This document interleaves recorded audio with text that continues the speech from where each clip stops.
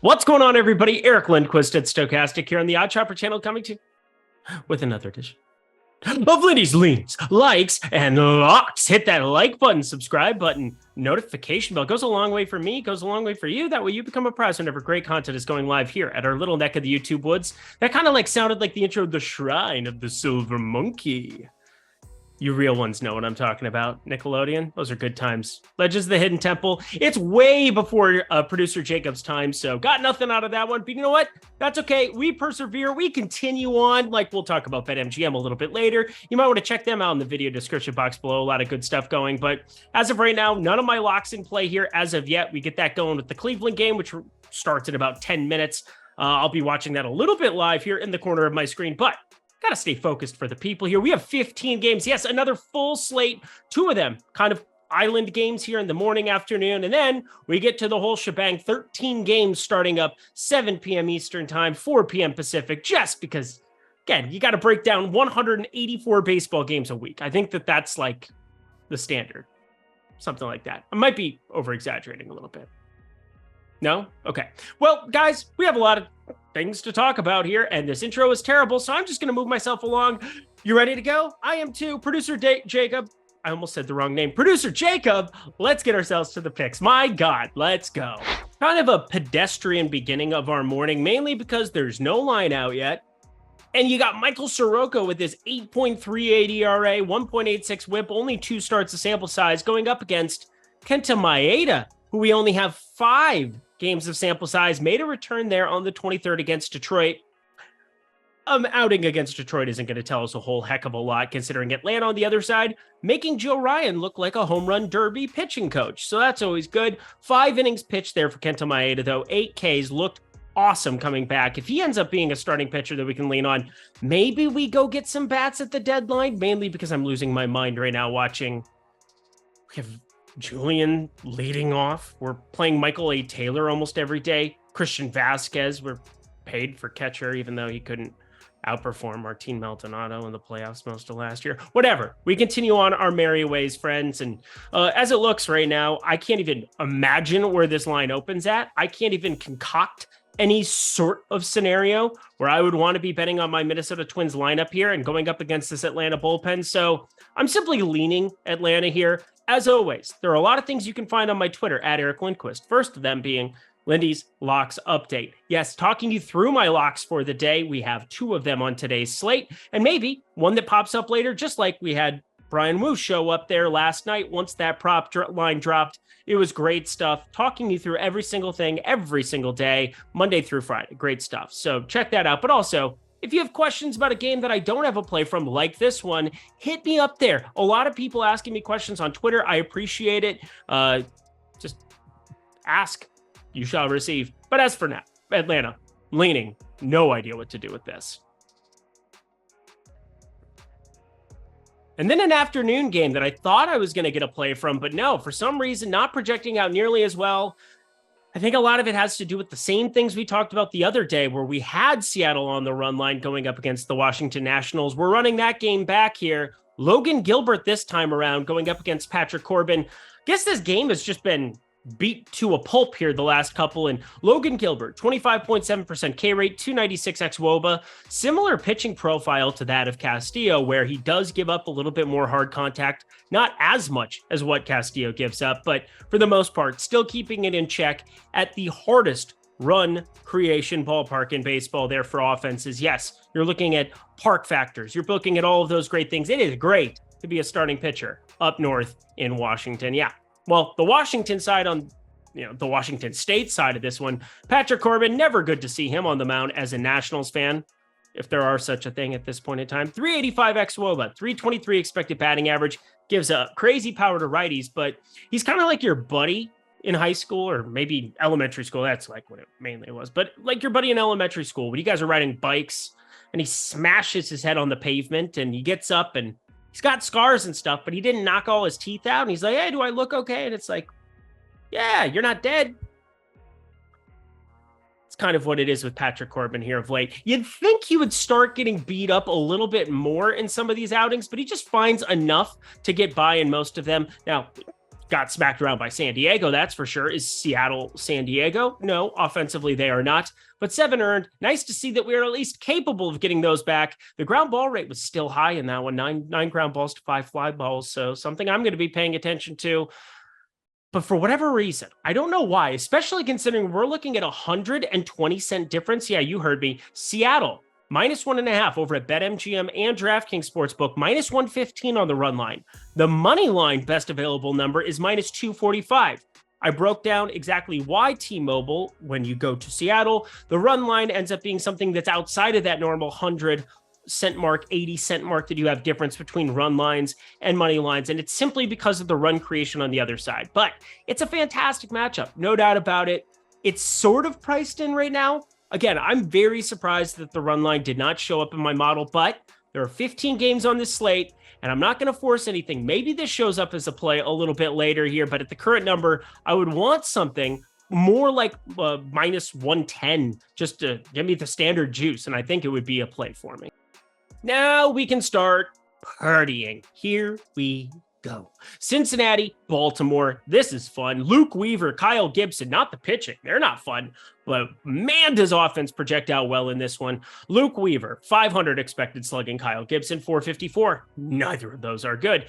Both of them, K rates around 17, 19%. Both of them, 43.3% hard hit percentages. Identical hard hit percentages. 357 xWOBA for Luke Weaver, 344 xWOBA. Baltimore, they have speed, they have power. Apparently, Aaron Hicks doesn't suck at baseball anymore. Then you look in Cincinnati, they decided to bring up all their AAA guys because, I don't know, they're some of the best hitters in AAA. Maybe we should do that. What a concept. So over of 9, right off the bat, lefty power plays up a little bit more in Baltimore. Righties still have a hell of a time, but you know what?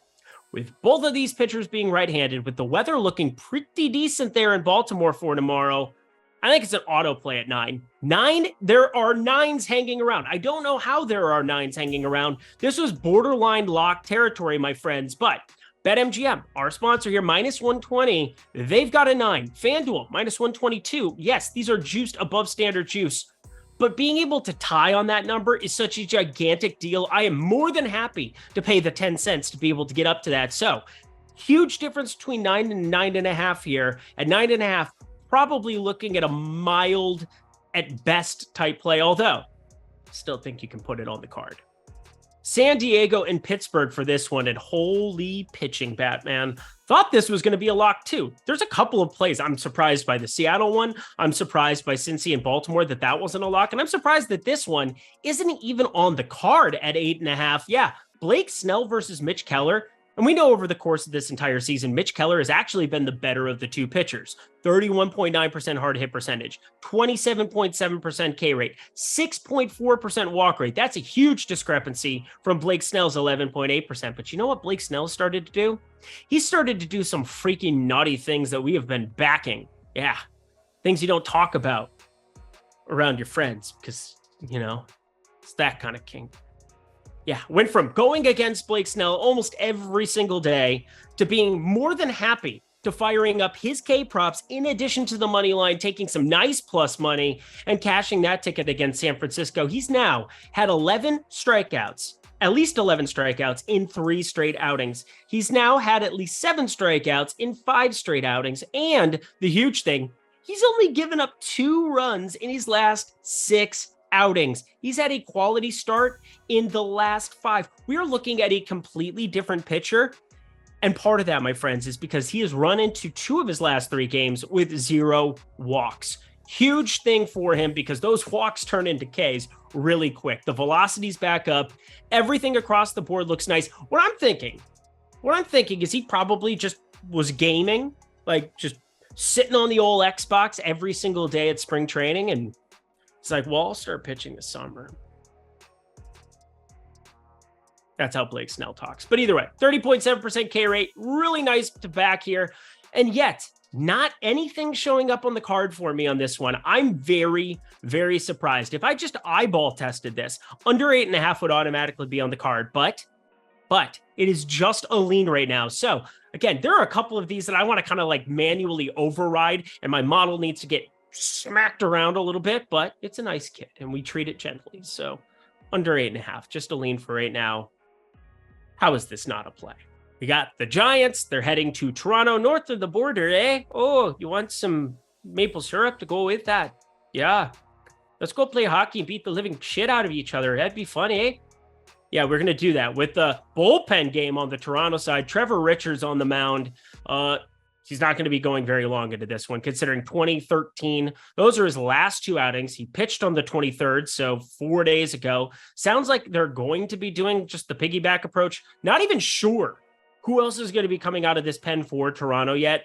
Got a lot to figure out with this one, hence why it's going to be a lean no matter what. But we do get our old friend Logan Webb on the mound. And why has he been our old friend? Well, he's cashed 3 straight tickets in a row. 3 wins against St. Louis, the Dodgers, Arizona. Bang, bang, bang. The ground balls are through the roof. The roof. The roof is not on fire because the ball isn't going high enough to go into the roof. So it is what it is. 14 ground balls, 15 ground balls, 16 ground balls in succession his last 3 starts. That's ridiculous stuff. And that's how you're going to survive when you go to Toronto. When you get up there, and the ball would generally fly off the bats of some of these power guys, Vlad Guerrero, Matt Chapman, Bo Bichette, all of them with expected sluggings north of 500. That's really nice to see. But it's a tough spot, no doubt about it. When you start talking about ground ball rates to this level, 62.6%, that's as high as you're going to run into with the starting pitcher in baseball. That's better than Framber Valdez currently has for the season. That is really all you need to know. So Logan Webb, my friends, if I had to back anything here from the eyeball test without looking at what we're going to be getting from the Toronto side, I want to see if I can't find some blurbs on Twitter, see if I can't figure out exactly what they're doing, because I didn't see any bullpen situations here so far this season for them. A couple, but not really in spots that made sense. I'm very curious how long Trevor Richards can go, considering he has had 65 and 53 pitches in the repertoire as soon as 13 days ago, but this is a tough one to stomach here as of right now. So the plus money, San Francisco side behind Webb, that's where I would be leaning. All right, bear with me. I know we've had a couple of plays that I thought should be plays, and now we're going to go through 2 leans, but they're in the home run and they're looking in the strikeout department coming up in the next game. So just throwing it out there. Bear with me, friends.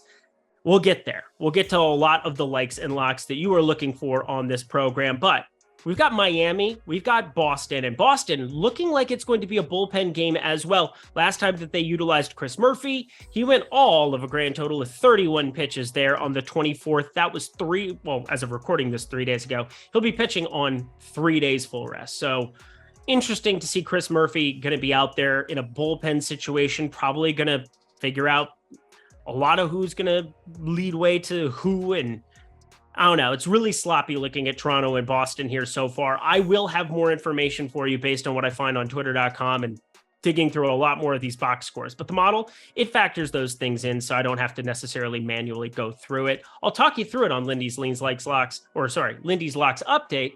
There we go. Over on Twitter, if it is something that applies or something that ends up jumping out to me later. But we're actually looking at the home run department, and we're looking to target the other side of this one in Braxton Garrett. This is a pitcher that's had some strikeout stuff in the past, but a 46.4% hard hit percentage that comes along with it.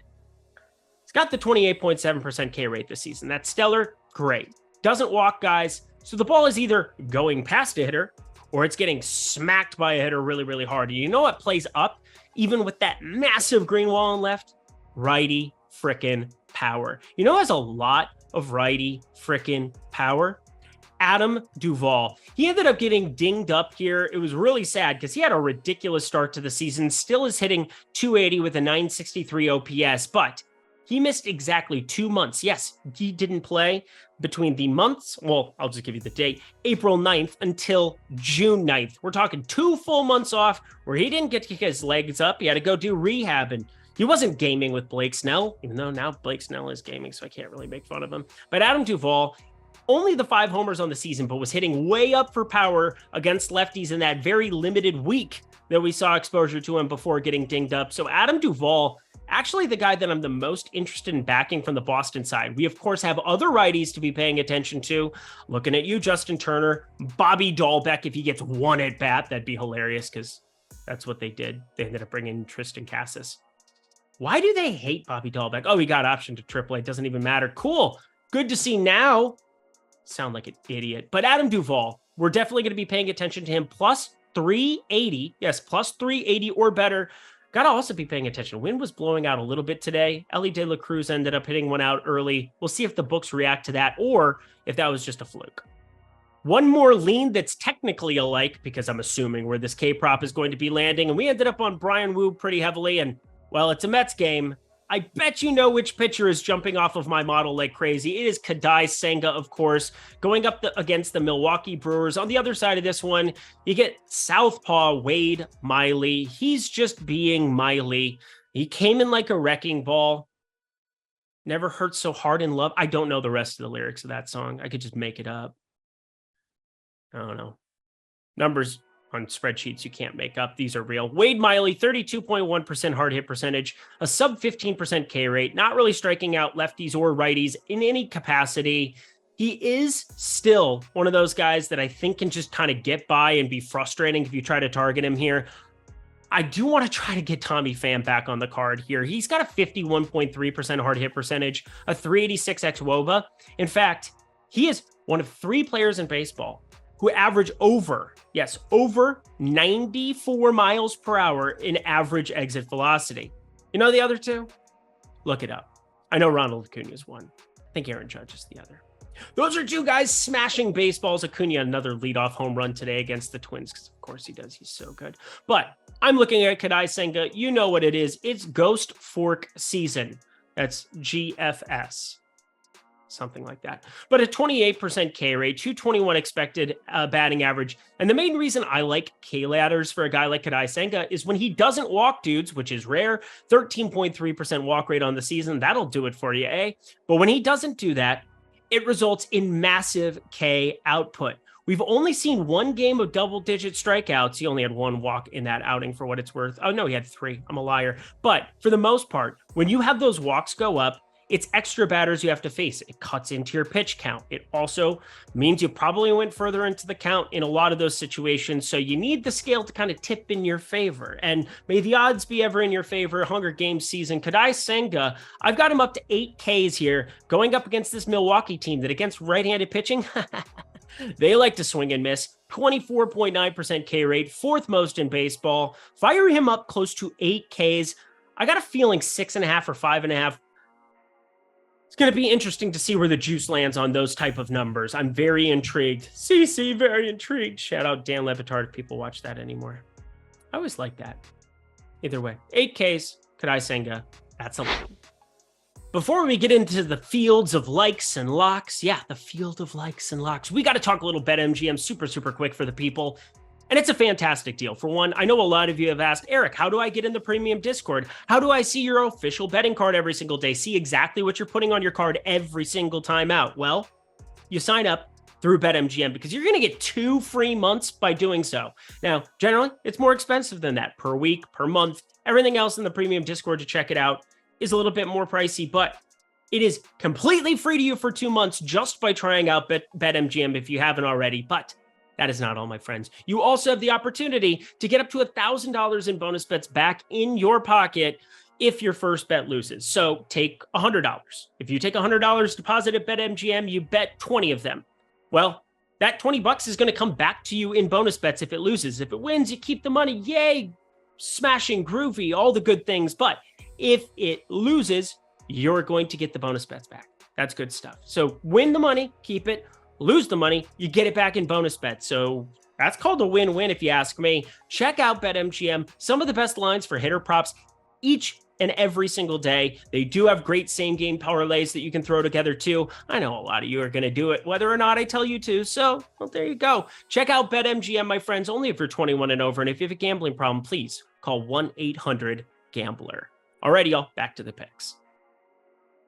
We head to a like here in St. Louis, and one of the more interesting things about betting baseball day in, day out is how a team that you were vehemently against, that you were cheering against, every single night, immediately becomes a team that you're backing because of prices. And that is what we're running into here with the Houston Astros, that in somehow, some way, some shape or form are dogs with Christian Javier on the mound against Miles Mikolas. Let me say that one more time. Christian Javier is a dog to Miles Mikolas. I love Canes. Yeah. plus 102 at FanDuel Sportsbook. What are we doing here? What are we doing here? I thought this would be a lock for what it's worth, but it is only a like here. Christian Javier, a 35.2% hard hit percentage, just a 23% K rate. That is definitely something to be paying attention to. 59% fastball usage on the season here, but the Ks have come precipitously down from 33.2% last season to just 22.9% this season. Does have a 4.18 expected ERA, but maybe like Blake Snell, he's ramping up here. But my major thing is that he is the way better pitcher, even in this version of Christian Javier, compared to Miles Mikolas. Mikolas, a 16.2% K rate, nearly a 300 expected batting average, giving up power, giving up, with great power comes great responsibility, unless you're Miles Mikolas and you just get paid and then you quit pitching. It's kind of what you're running into. It's what St. Louis is running into right now. You got some hitters on the other side, no doubt about it. And I do like St. Louis's lineup better, but starting pitching is such a gigantic part of what we do on this program for a very good reason. I also look at the bullpen from the Houston side, and I strongly, outside of Hicks on the St. Louis side, who throws at 100,000 miles per hour, the Houston bullpen, way better top to bottom here. So Christian Javier, if you get 5-6 strong from him, and Miles Mikolas does his normal thing and just gives up power to everybody, you're running into a really great spot. Plus Yenner Diaz, huge reverse splits, like seeing him clean up a 5-hole in those kind of spots. But I digress, friends. I am definitely on the Houston money line here at this number, plus 102. I would be shocked. Yes, you heard me, shocked if we still had plus money come lock and first pitch of this game tomorrow. Another light coming your way here with the Texas Rangers hosting Detroit yet again. And an interesting pitching matchup because both of them, they're not very good. We got Joey Wentz here going for the Tigers. We have Dane Dunning, Dunning, with only a 14% K rate, 285 expected batting average, giving up power everybody, but he's a right-handed pitcher, and that is a good thing to be against the Detroit Tigers because they are dog shit. 83 WRC plus, 24.2% K rate, and just a 125 ISO. That is second worst in baseball, just behind the Cleveland Guardians. How bad is the AL Central? I will answer for you. Putrid.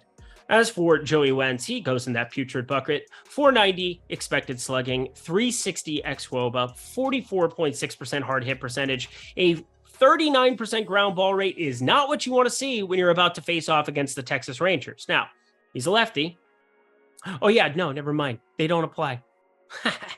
Rangers just murder everybody, my friends. It doesn't matter, lefty, righty. They don't discriminate. They just hit and hate. That's what they do. A 129 WRC plus, a 175 ISO is not as high as I expected. But either way, this is a team that I expect to put up runs. So, Dane Dunning, he's had some pretty lucky runouts, I would call it, just to not get completely shelled in some of these spots. But I think there's regression coming. Even with this terrible Detroit lineup, we are looking at an over, a half unit play on the over of 9. Yes, there are 9.5s out already too. Be very sensitive. This is why we do this program early, my friends. Do not want this at 9.5 at even money, but I want it at 9, getting that hook at the minus 120. It's all about range of outcomes. It's all about run creation in this specific park. That is the hook. We need it. It's like the hook of a song that's just, yeah, we're bobbing our head to the beat. You know what song I have in my head? How would you know that? If you knew, it'd be pretty creepy. Over 9, we continue on. Not a great spot here. Philadelphia and the Cubs. Thought we might mine something out of this one, considering it's Aaron Nola, Drew Smyly. But Drew Smyly has been surprisingly good this season as a real-life pitcher. I know a lot of you playing DFS or looking at K-props. You're probably not saying Drew Smyly is very good in any way, shape, or form, but he does exactly what you need to be doing when the wind's blowing out or when it gets warmer there. He avoids barrels. 6.4% barrel percentage, just a 32.5% hard hit percentage. Who cares about a 20% K rate if you're going to just simply avoid and give soft, bloopy high fly ball contact to a lot of these hitters on the other side? Plus, he's left-handed. That's generally a good thing to be when you go up against this Philadelphia Phillies team that has a lot of lefty power. but just a 91 WRC plus against left-handed pitchers, 25.6% K rate. So a little bit of a spike up there for his K rate. As for the other side of this one, it's Aaron frickin' Nola, so he's very good. 35.4% hard hit percentage, 295 xWOBA. Has he been the Aaron Nola days of yore? No, he has not. But he's still really good, and he's been getting a lot better. We saw 12 Ks against Detroit because that's what he's going to do against Detroit. But Arizona, Atlanta found ways to avoid getting completely murdered there. Got the win against Arizona despite giving up 4 earned. They made him pitch pretty deep into that one. I was a little surprised. But Aaron Nola, last time out against Arizona, this is the kind of upside you're looking at. 6 innings pitched, only 2 hits given up to the offense that cannot stop wrecking things. Yeah, they're just destroying Joe Ryan early on in this game. So I have to stay away from this one like the plague, friends. If I had to do something, I would back Aaron Nola currently, but I find this total to be about perfectly efficient considering these two teams on the mound sitting at 8. Pay attention to the wind, but Windfinder doesn't have a whole lot going on here at Wrigley for tomorrow. Let's just find better spots. Kansas City. That's about the most exciting thing they have going for it. Patrick Mahomes in football.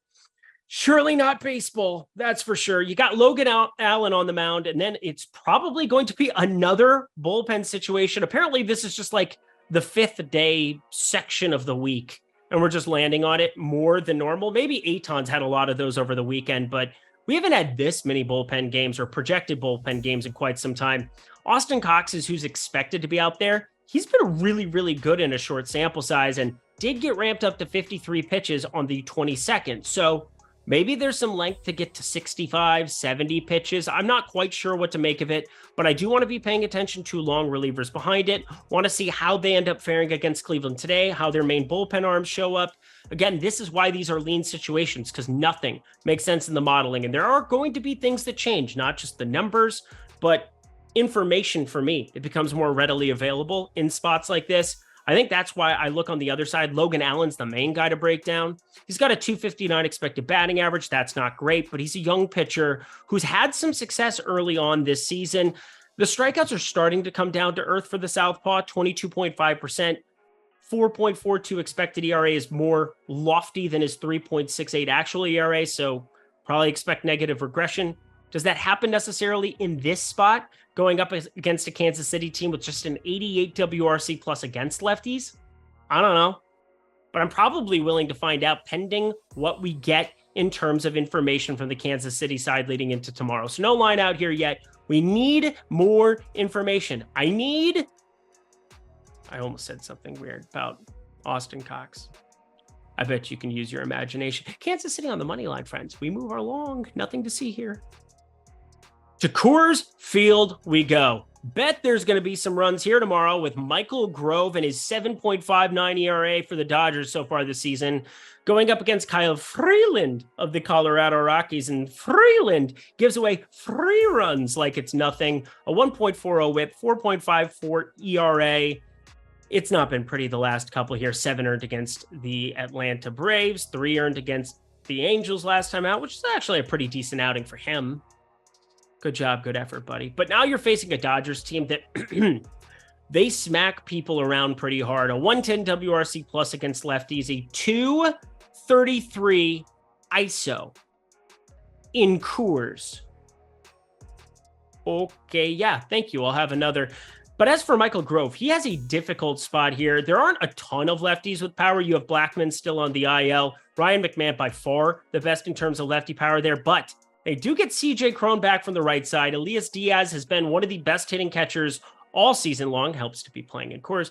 And even Ezequiel Tovar starting to show out a little bit. 7 homers on the season. Didn't see that coming down the pipeline this early on for the young shortstop. So enough good stuff there. 262, 296, 430 slash line from him that I do upgrade this offense compared to where we've had them before. And even Nolan Jones, 316 average. I had to. I stay flossing in that candy paint, rolling dank, sip and drink on an 84 swing. And it is time to take a swing with some homers. Yeah, I'm looking at it over here again, more than likely. If this thing opens up at 12, I'm still going to take the over, similar to that last Saturday game where, I don't know, the Angels scored infinity runs.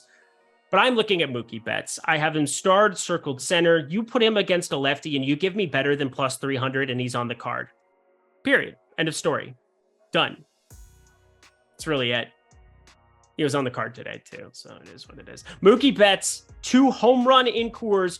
That is going to be a lean. Again, want that plus 300 or better, but pay attention. Lots more could be coming from this one, pending more information and obviously prop lines. I bet you've been asking yourself, Eric, you said you had 2 locks. Well, I do have 2 locks. Let's get into the first of 2. Yeah, 3 games left to go. Hit that like button. It could go a long way for me. And we're running it back, baby. It's the White Sox and it's the Angels. We got Lucas Giolito starting to show out a little bit more. And Jaime Barria.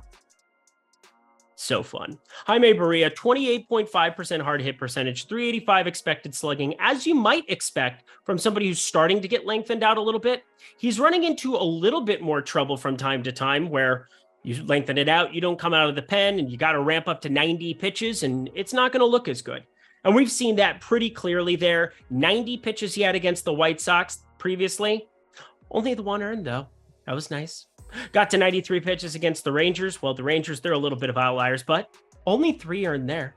2.14 ERA, 1.06 whip. This guy, sub 30% hard hit percentage with that slider being a primary pitch, nearly 50% usage there. Oh, baby, oh, baby. Facing this White Sox team that's putrid against righties, oh, baby, oh, baby. But the thing is, Lucas Giolito, very similar to why we ended up backing so many of these pitchers the last couple of days in Anaheim, is as good as this Angels offense is against righties, and they're good, a 113 WRC plus. You might get Shohei Ohtani resting after his day pitching. Just saying, put on the conspiracy hat. It's a chance. Even if he is in the lineup here, Lucas Giolito starting to show some stuff. A 3.41 ERA, 1.20 whip, 10 strikeouts against Boston last time out, and a hard-earned loss. Yeah, it was brutal to run into, but we've started to see some major pitch counts from pitch counts from him, pitching much deeper into games, still giving up the fly balls, which always gets a little bit scary there in Anaheim. Plays up in terms of home run potential, 6th most home runs so far this season in baseball. Part of that is Shohei Ohtani there, but 6th most in terms of park adjusted factors too for home runs specifically, about neutral in run creation. So for what it's worth, we're looking at run creation, by far the most important part of projecting out some of these spots. And Lucas Giolito, he's given up a solo homer in 3 straight games. That's something to keep an eye on. But he's still limited the damage. In his last 4 outings, he's only given up 4 earned runs, no more than 2 in any single one of them. Against Boston at home, against Miami, who's been putting up runs at home as well. Just saying. Lucas Giolito is starting to show me some stuff, starting to show the best version of him that we've seen in a long time. So it's a little bit strange. We've been backing Cease a little bit more. We've been backing Michael Kopech once again today to possibly put up a really good outing alongside Ohtani. And we're going to be backing the under yet again of 9. This line got to 9. It is divine. It is so fine. It's sublime. Take the under of 9 one time. This isn't a lock, but it also becomes a play. We've got the Yankees, we've got Oakland, and ended up on plus 1.5 on the Oakland side here tonight.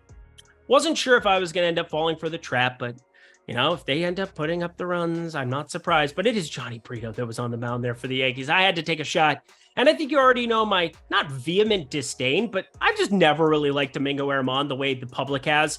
He's going up against JP Sears, who falls into that category with Paul Blackburn as an actual serviceable pitcher in the bigs, which is surprising to say about anybody wearing an Athletics uniform right now. But Domingo Herman for the Yankees, a 348 xWOBA, 465 expected slugging. That is not good. Just a 22.6% K rate, and you're running into a ballpark where runs just are more condensed. You don't have as many of those outlier performances. We have 7.5s and 8s, which I think is perfectly efficient here. I think close ball games are exactly what you want when you're backing dogs like this at plus 138. Yes, plus 138 at FanDuel Sportsbook right now. I don't know why I'm yelling, but I am. Whatever, JP Sears, 335 xWOBA, 469 expected slugging, just a 5% walk rate, throws a lot of fastballs. This lefty does. And you're going to neutralize this crazy surge of Jake Bauers and Billy McKinney that I cannot stand anymore. So, JP Sears, let's go. This is just simply a value play. Plus 138 at FanDuel Sportsbook. It has to go on the card now. If this is at plus 125 by the time you bet it tomorrow, just stay away. Live for another day. What do you say? Hey, God, why am I rhyming at the end of these? I promise not to do that in the last game of the night. Lock Central. Going to Tampa Bay and Arizona. They're going at it again here. We got Zach Eflin on the mound. Tampa Bay's resurgent starting pitcher. I guess resurgent by his standards, but coming from Philadelphia here to Tampa Bay, he has started to be really good. A 277 xWOBA, a 25.6% K rate, a sub 5% walk rate. Definitely one of those surprise arms that Tampa Bay just seems to find every freaking year. They're so good. 1.03 whip, they just really are. And this lineup, pretty good too, huh? Wouldn't you say? Yeah. They get to go against Zach Davies here, and I could not believe my eyes when I saw this line. I thought we were going to get Tampa Bay, considering they're the best team in baseball against right-handed pitching, a 127 WRC plus, a 196 ISO. Don't really strike out, 22.4% K rate, going up against Zach Davies and his 277 expected batting average, just 17.6% K rate and 10.6% walk rate. I thought for sure we were going to be having to lay minus 170, minus 175, and I was going to just stay away, and there was going to be nothing there. But when I uploaded these numbers, I was so ecstatic. My favorite play on the board by far is this Tampa Bay money line. Now, maybe there's something that happens tonight that makes me back off a little bit here, but I already bet it, so there's really nothing I can do about it at this point. But FanDuel Sportsbook, yet again, has a lineup, minus 144 on the money line. We're talking minus 160 at BetMGM, minus 154 at Caesars, minus 150 at DraftKings Sportsbook. Those are drastically different numbers than we're looking at minus 144. So if you have to bet this north of minus 150, it goes in the light category. You just put that half unit, you live your life. But Tampa Bay, I have a unit and a half on this one. This is an absolute slam dunk between Tampa Bay's offense, the substantially better starting pitcher. And yes, is it a little bit scary going up against this Arizona team that has murdered righties with a 110 WRC plus and a 180 ISO and has Corbin Carroll, the second coming of Christ? Sure. It's a little bit freaky. But Tampa Bay money line, it is the best play on the board by far right now. Lock it up, my friends. I don't have anything else to say. And that does it for another edition of Liddy's Leans, Likes, and Locks. You know what to do. Go to that comment section below. Let me know your favorite plays on the board for this lovely Wednesday slate of games. Huge evening slate. Yet again, 13 games going off after 7 p.m. Eastern time, 4 p.m. Pacific. Going to be an awesome night of baseball. Hopefully, we're able to sweat a little bit of it together there on the Twitters, where I'll be uploading Lindy's Locks update for all of you, letting you know if anything changes about those numbers that we were talking about. Because again, you want to be sensitive to the pricing. That's why you want to sign up at other sports books like BetMGM. Add it to your DraftKings, your FanDuels. Add it to everything you can, because the best price over a long period of time is going to win out, no doubt about it. Thank you to producer Jacob. Thank you to all of you for all the kind words the last couple days as we've been on an epic heater in the month of June. I hope to keep it going, help to be putting in that research, putting in that hard work for you every single day. Just smash that like button on the way out. I will see you on Thursday. Alrighty, y'all, I'm out of here. I'm Eric Lindquist. Best of luck in the MLB streets on Wednesday.